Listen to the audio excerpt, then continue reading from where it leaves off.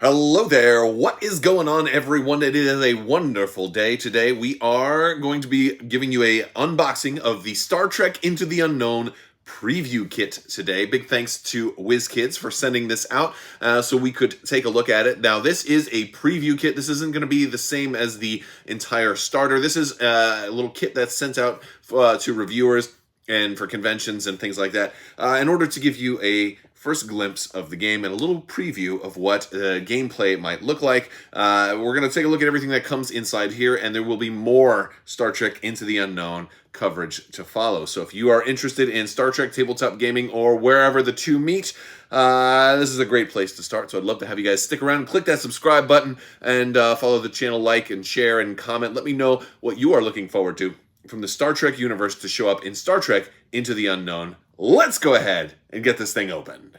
All right, so we're going to get this thing open. Just a quick look at the box here. We have not a whole lot on the back. Again, this is just a preview kit after all. So let's get this thing open. Now, we are going to have a little insert right here.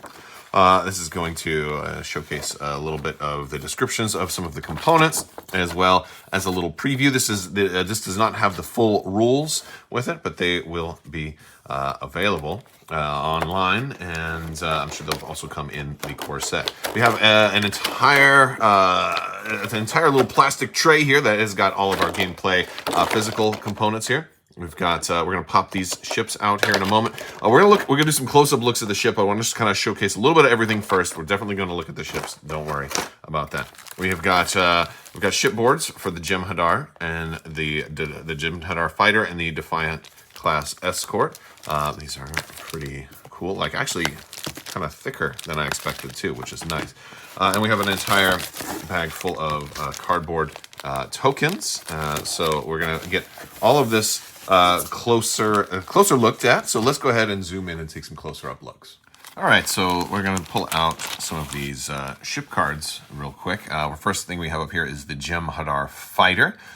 We have all of these different stations around the side, and also a couple of dials. Now, these are double-sided boards. They are pretty thick too, and this is actually great.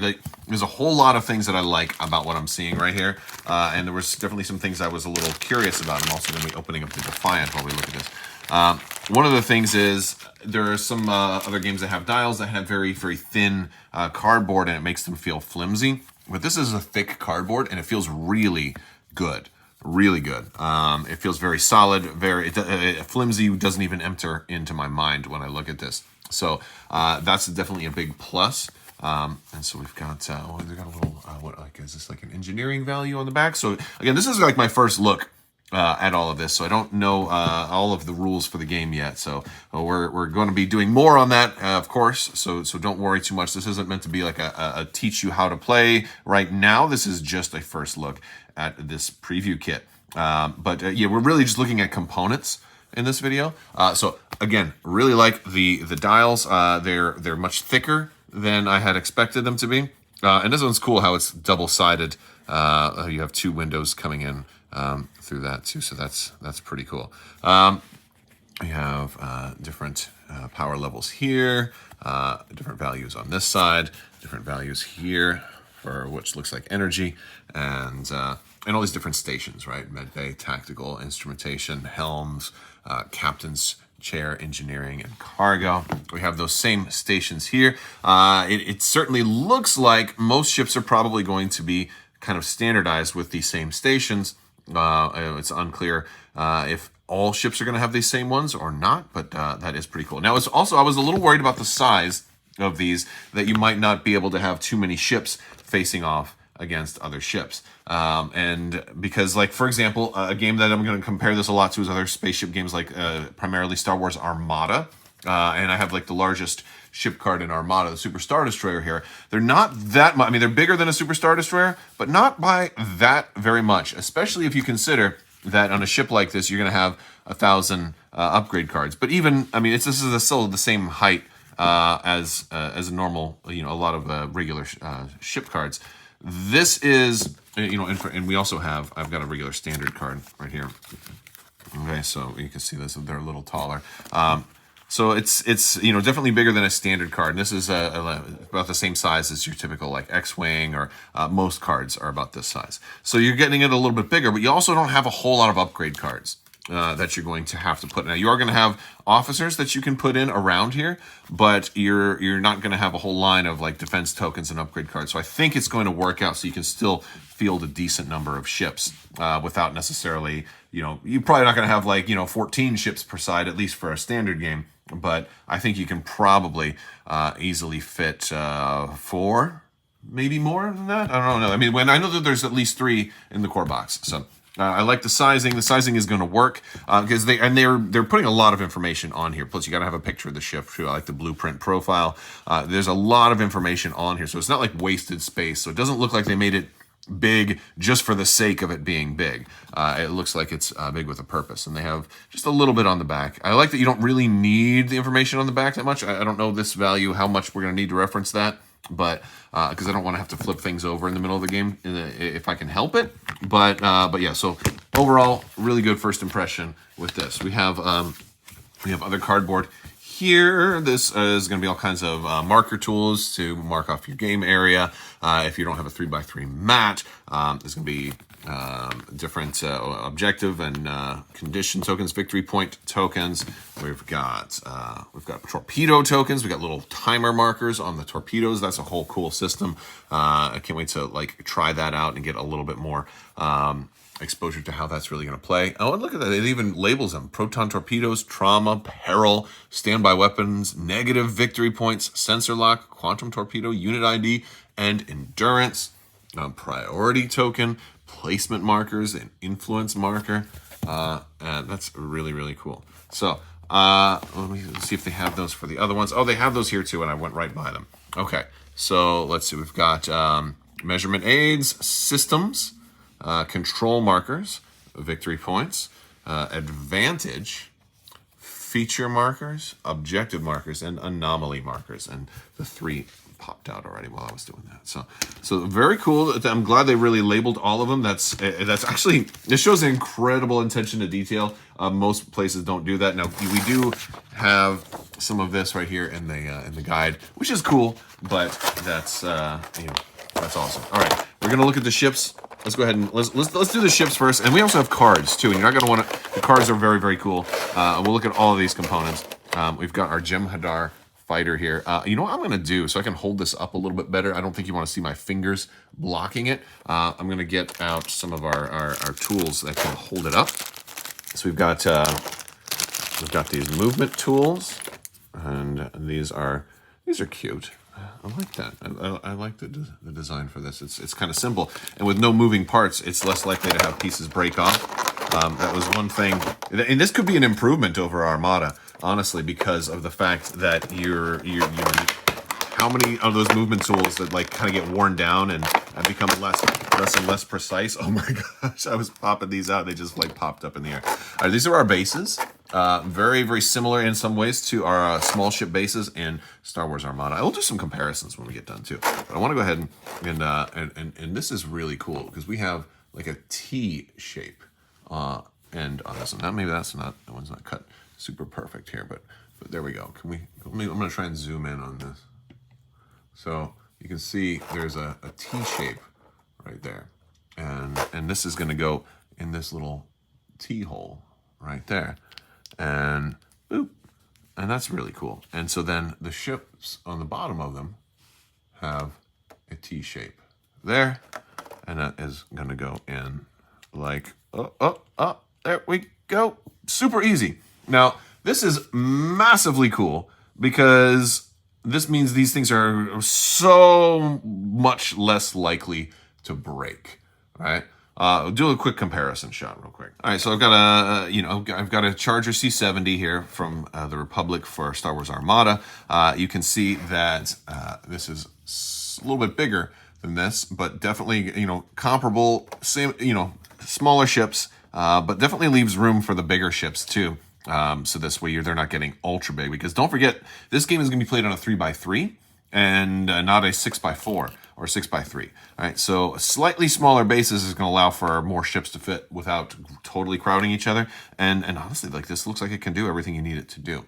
It's got these indentations in the front, in the rear. It's got places to hold tokens, and you also have lines right here to talk about left and right, so you can differentiate between front and back pretty easily. So like that's very cool.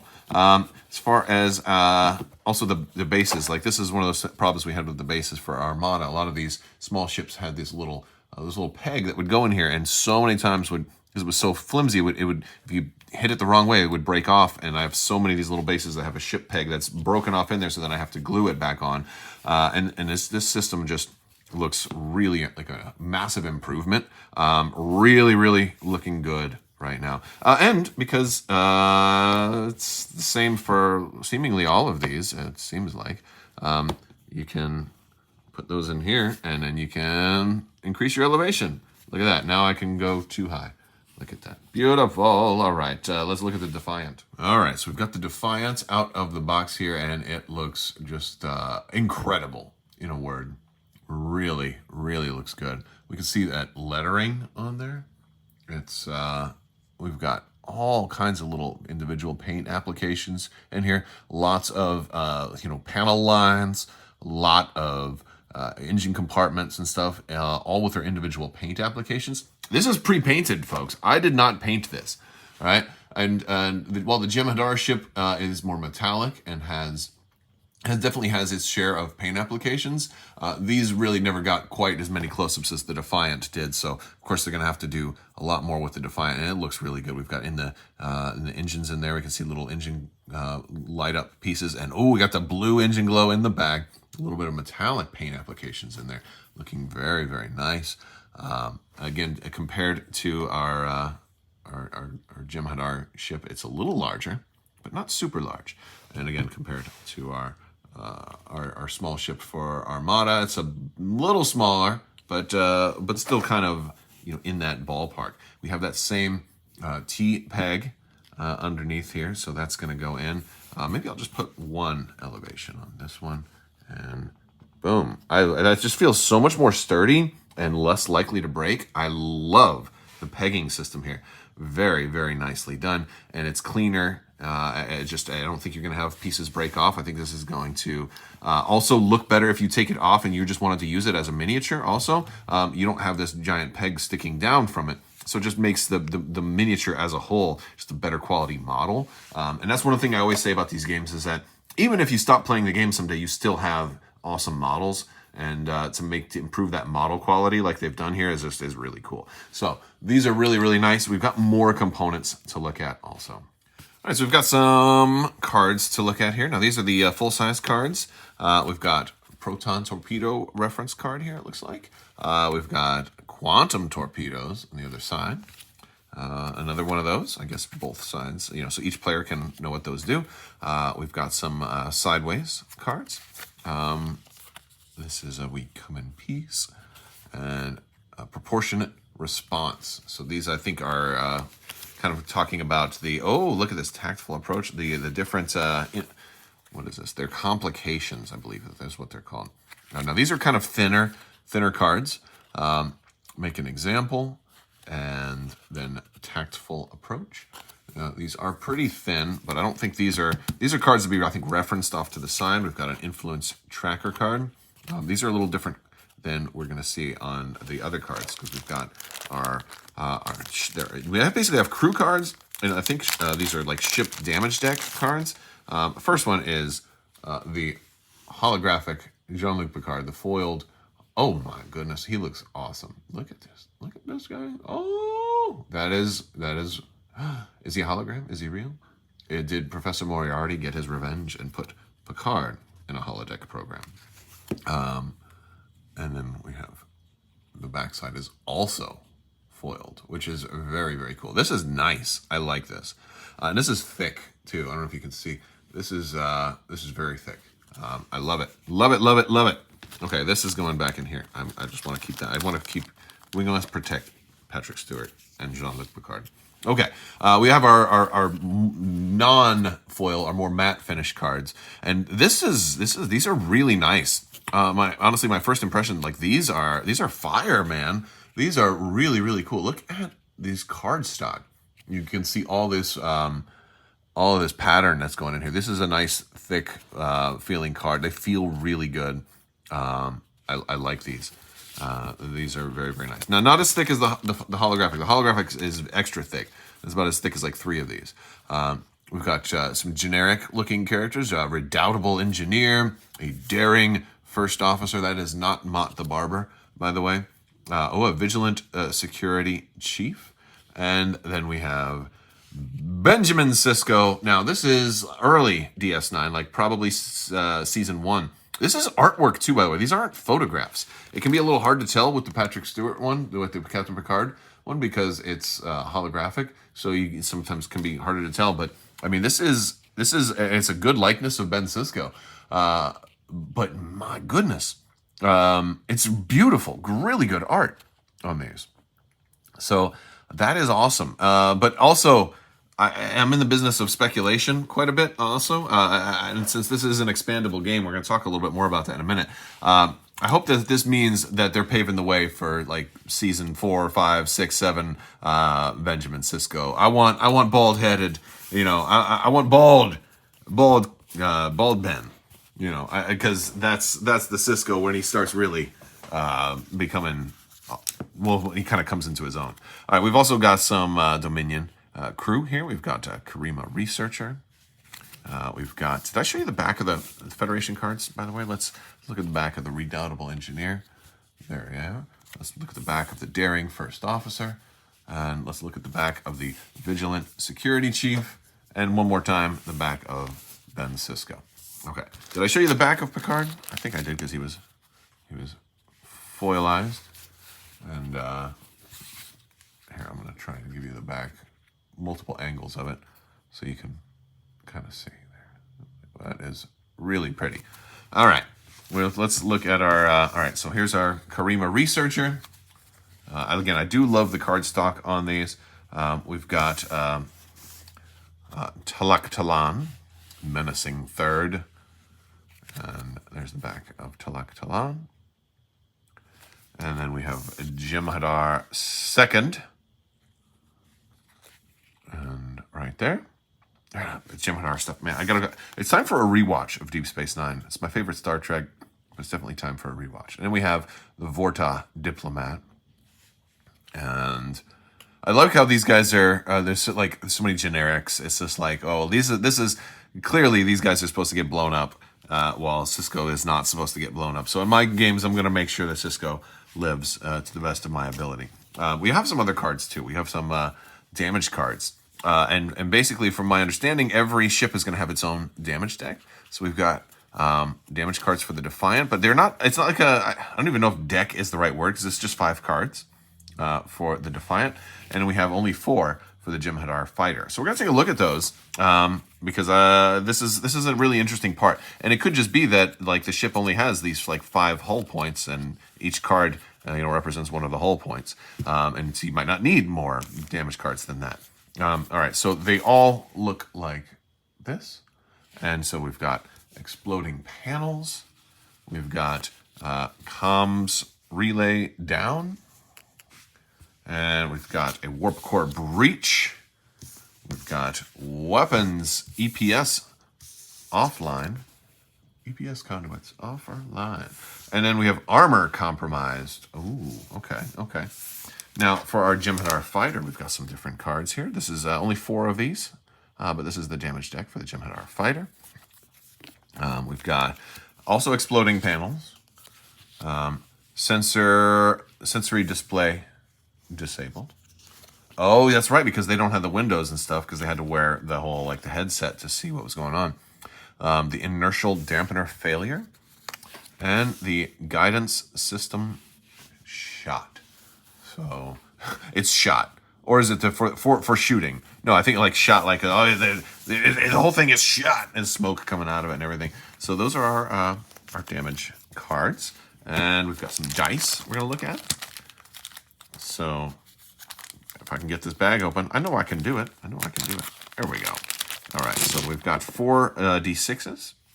They're gonna have different symbols. They have 1 blank symbol on them. Looks like we've got that. Got that, and then that, and we have that, and then that on the other sides. And then our D8s, which are going to have these 4, and then these. So there we go. And we have some tools too. All right, so we have these kind of more roundish markers, and I believe these are to mark off certain areas that maybe certain system areas. And we've got, well, how many of those do we have? We have 1, 2, 3, 4, 5, 6, 7, 8, 9 of those in here, which is pretty cool. Now they're not super rounded, but I think this is just meant that you can mark them triangular or however you want. We also have these. Now these are actually, what are these? These are labeled over here as system markers. So these and those together are labeled as system markers. This one is labeled as number 1, number 3, and number 2. I thought it was 5 because I had it backwards. The 2, if you spin the 2 around, it is going to look like a 5 a little bit. All right, and then we have 3 range tools. We have 2 that are 12-inch range tools, and then 1 that is just a half. This one is just the 6, or at least I guess 5, because the 6 kind of starts here. And these are kind of interesting because when you're locking in your ship movement, and you're gonna just like, okay, I'm gonna lock it in there. However many turns I'm doing, 1, 2, or whatever. You put this in there, and that's kind of how you kind of guide it, and that's why these have that little system right in there. So very cool stuff. And I think that is just about it for all of the components of the preview kit. I want to do a couple more size comparisons real quick. All right, so first up, I wanted to just kind of give you the small versus the very, very large. I've got an Imperial Star Destroyer Chimera here from Star Wars Armada, so you can get another glimpse of the size differences between those. And then we have the small ship over here. So it seems like it's at least roughly in proportion. And then we also have Deep Space Nine. Now this is another WizKids model. This is the Attack Wing primed one. So I painted this one myself, but I feel like this is in a good place. I'm not sure exactly if this is a little too big or small, but it seems like it's at least roughly appropriate to be docking with Deep Space Nine. It could be like right here. And of course, since there's really no direction in space, let me pull him off of his base. That comes off really easily too, which is great. He could always like dock this way or dock that way. I don't remember. Actually, where is the docking tube on these things? It's probably, maybe it's in the rear. That would make sense. So this way they can kind of dock that way and just reorient themselves. But yeah, so the sizing looks pretty good for these guys, because it does look like there may be space stations in this game at some point, and I don't know if they'll be represented by just cardboard or if they will have something like Deep Space Nine make an appearance. I would hope they do, because this is a great model, but I'd love to just be like da da da da da da da da through the wormhole. Oh, I want the Klingons to attack Deep Space Nine, right? Very, very cool. Man, I'm so excited for this. Last thing I just want to talk a little bit about is this preview kit. Just part of, what they're talking about here. The universe is a huge and complicated place, and the Federation and Dominion are but 2 of the major civilizations at stake in the story. Joining them in short order will be the Klingons, Romulans, Bajorans, Cardassians, and more. With its dynamic missions, objective-based gameplay, and integrated negotiation system, the Into the Unknown is perfectly positioned for multiplayer mayhem. That's just, that was a blurb I saw when I was looking at this. Like, that sounds really cool. Really, really, really cool. Great little blurb to have for a preview kit. All right, guys, so that was just a quick unboxing of our Star Trek Into the Unknown preview kit. Stay tuned for more. And this is coming out, the full game is coming out in April. So definitely stay tuned. April 2024, just in case you're watching this in the distant future, or in a galaxy far, far away, or you travel in a TARDIS, or perhaps you flew a bird of prey around the sun and changed times. Either way, this is Star Trek Into the Unknown preview kit. Big thanks again to WizKids for sending this out. I can't wait to get this on the table, playing it, and see where the expansions and the future take us for Star Trek Into the Unknown. I want to thank you guys so much for watching. Also, big thanks to my patrons. You guys are amazing and help make this whole channel possible. So I will talk to you later. May the Force be with you. Live long and prosper. Be excellent to each other. The spice must flow, so say we all, and always wash your socks.